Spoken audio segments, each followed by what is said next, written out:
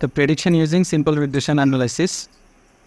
তো আমরা যে স্টাডিটা করেছি এখানে ছিল আমাদের ইকুয়েশনটা ছিল y equal to a plus B into X বা bx।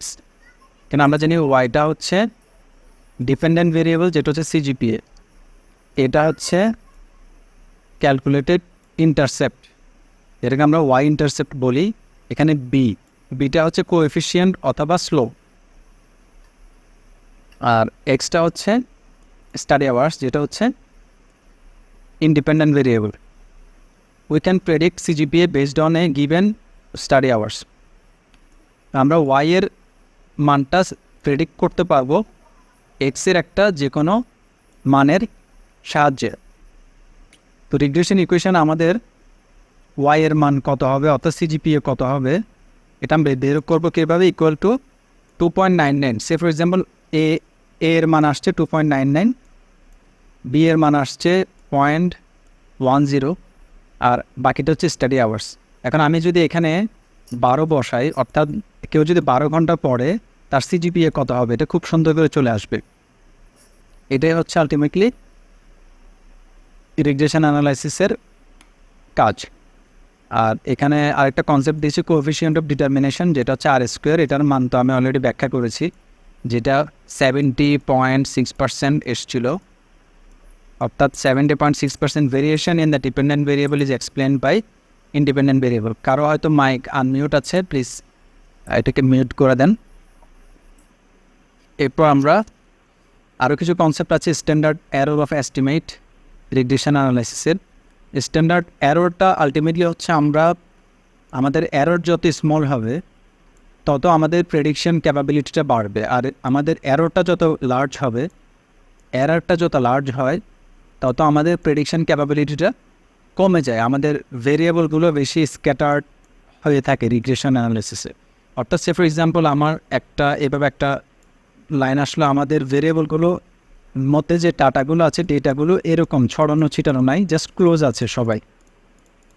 তাহলে আমার যে লাইনটা ড্র করব এটা থেকে এই যে পয়েন্টগুলোর ভেরিয়েশনটা কম, দ্যাট মিনস এখানে এরর কম আছে, এররটা হচ্ছে স্মল। আরেকটা এক্সাম্পল দেখলে যে এখানে একটা, তাহলে আমি আলটিমেটলি একটা লাইন ড্র করলে এই লাইনের সাথে এগুলো কিন্তু ক্লোজ না, এগুলো অনেক ছড়ানো ছিটানো। এখানে আমার এররটা অনেক বেশি হবে, এবং এই ইকুয়েশন দিয়ে আমি যদি কোনো প্রেডিকশন করি, এই ডেটা দিয়ে যদি আমি কোনো প্রেডিকশন করি, ওই প্রেডিকশনটা অ্যাকুরেট হবে না। রাদার এই ডেটা দিয়ে যদি আমি কোনো প্রেডিকশন করি, যেহেতু এটার এরর কম, সবাই লাইনের সাথে ক্লোজ, ডেটাগুলো ক্লোজলি ফলো করছে একজন আরেকজনকে, সেক্ষেত্রে আমার এররটা পারফেক্ট হবে বা অ্যাটলিস্ট কাছাকাছি হবে। আমরা মাল্টিপল রিগ্রেশনে যাওয়ার আগে সিম্পল রিগ্রেশনের যে আমাদের প্রেডিকশন আছে সেটা আমরা করব। এটার জন্য আমরা ফার্স্টে আমাদের এখানে যে মানটা আসছে, এই যে কোএফিসিয়েন্টের যে মানটা, এটা আমরা এখান থেকে কপি করে আমরা এটাকে এক্সেলে আমরা পেস্ট করে দিলাম। হ্যাঁ, পেস্ট করে আমি এখানে লিখছি ওয়াই ইকুয়াল টু এ, ওয়াইয়ের মানটা কত আসবে, Y equal to A plus B, আসলে প্লাসটা দেওয়ার দরকার, তো আমরা জানি A plus B into X. তাহলে এখন ওয়াইয়ের মানটা কত এটা আমরা বের করতে চাচ্ছি, given the value of A B and X. এখন এর মান কিন্তু আলটিমেটলি আমাদের এর মান বলেছিলাম ওয়াই ইন্টারসেপ্ট। এখানে যে একটা আপনার কনস্ট্যান্ট আছে, এই কনস্ট্যান্টটাকে বলা হয় ওয়াই ইন্টারসেপ্ট বা এর মানটা হচ্ছে 2.99। যে কোনো মাল্টিপল রিগ্রেশন, সিম্পল রিগ্রেশনে সবসময় এখানে একটা কনস্ট্যান্টের মান আসে, যদিও কনস্ট্যান্টের মানটা আমাদের এক্সপ্লানেশনের সময় লাগে না, বাট আমাদের প্রেডিকশন করতে হলে আমাদেরকে এই মানটা লাগবে। তাহলে এখান থেকে আমি এই মানটা নেব কনস্ট্যান্টের, এরপর আমি বি এর মান নেব, ইকুয়াল চিহ্ন দিলাম। বি হচ্ছে স্লোপ অফ থট, স্লোপ হচ্ছে এই যে স্টাডি আওয়ার্সের যে স্লোপটা, এটা হচ্ছে বি এর মান, এটা নেব। দেন আমরা এখন এক্সের মান বসাবো। এখন এক্সের মান আলটিমেটলি আমরা ধরে নেব যে কোনো একটা মান, হ্যাঁ, ওটা আমি পরে যাচ্ছি। আমরা প্রথমে ওয়াইয়ের মানটা বের করি। আমরা জানি Y equal to A plus B into X. এখানে হচ্ছে যে ইকুয়েশনটা বসালাম, ওয়াই ইকুয়াল টু কত, ওয়াই ইকুয়াল টু এ। এ মানে হচ্ছে এর মান দিয়েছি, এর বক্সে যে ভ্যালুটা আছে প্লাস বি ইন্টু এক্স। এখন আমি এন্টার প্রেস করলাম, এন্টার প্রেস করলে কিন্তু আমার সিজিপিএটা আসছে এ সামথিং। এখন আমি এখানে এক্সের মানটা বসাই, আমি যদি দেই একটা স্টুডেন্ট যদি 1 ঘন্টা পড়ে তার সিজিপি আসবে 3.99, আমি যদি একটা স্টুডেন্ট 2 ঘন্টা পড়ে তার সিজিপি আসবে সামথিং লাইক দ্যাট। দেখি আমার এটা ঠিক আছে কি না। হ্যাঁ, প্লাস এটার সাথে এটা আমরা ইন্টু করে দিয়েছি। তো এখন আমার এখানে যদি 3 থাকে তাহলে 3 ঘন্টা পড়লে তার মান আসবে এত, 4 ঘন্টা পড়লে সামথিং লাইক দ্যাট।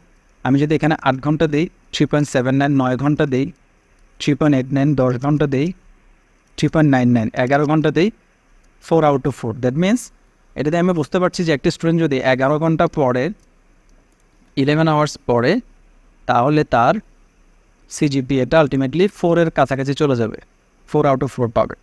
আর এটাই হচ্ছে আমাদের এর মানটা আমাদের এখান থেকে পাচ্ছি, বি এর মানটা আমরা পাচ্ছি এটা হচ্ছে এর মান, এই যে এটা, আর এটা হচ্ছে আমার বি এর মান যেটা আমরা এখান থেকে পাচ্ছি,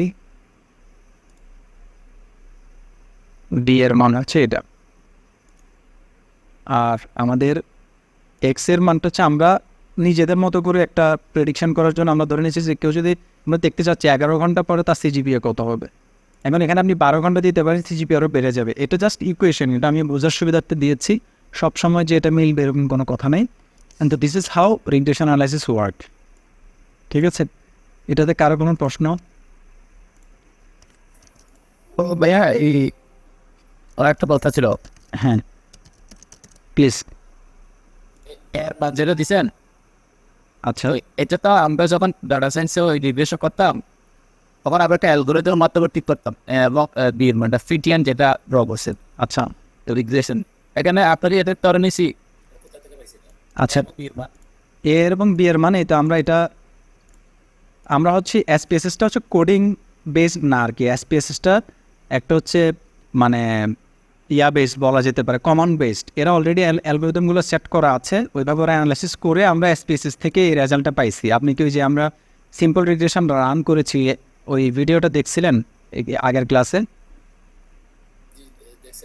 এই যে ওটাতে আমাদের এই রেজাল্টটা আসছিল, এই যে এসপিএসএস আউটপুট থেকে এই যে রেজাল্টটা পাইছি। ঠিক আছে, হ্যাঁ, এই যে আমরা এখান থেকে গিয়ে যখন সিম্পল রিগ্রেশনটা রান করি, এই যে লিনিয়ার রিগ্রেশন সিজিপি এবং স্টাডি আওয়ারকে ইন্ডিপেন্ডেন্ট সিজিপিকে ডিপেন্ডেন্ট ধরে যখন আমরা রান করলে আমার অ্যানালাইসিস থেকে আউটপুট চলে আসছে। এই যে এগুলো হচ্ছে আউটপুটের মধ্যে থেকে আমার এখানের এই টেবিলটা হচ্ছে আমার মেইন রিগ্রেশনের রেজাল্ট। এটা আমি কপি করে এক্সেলে নিয়ে আসলে এই মানটা হচ্ছে আমার এ এর মান, যেহেতু কনস্ট্যান্টটা হচ্ছে এ 2.990, বিটা হচ্ছে এটা স্টাডি আওয়ার্সের ইনফ্লুয়েন্স, আর এক্সটা হচ্ছে ইন্ডিপেন্ডেন্ট ভেরিয়েবল, আর ওয়াইটা ডিপেন্ড করতেছে এদের ভ্যালুর উপর। এবং ইকুয়েশনটা আমি এখানে লিখলাম এ প্লাস বি এক্স। এবার বুঝতে পারছেন? মানে এটার ইজি হচ্ছে এই কারণে যে আমাদের মানগুলো চলে আসে, আমরা জাস্ট প্রেডিকশনটা করতে পারি আর কি। আমি ফাইলটা আপনাদের দিয়ে দিব, আপনি এটা পারলে অন্যভাবে এটা সিম্পল রিগ্রেশন দিয়ে করুন।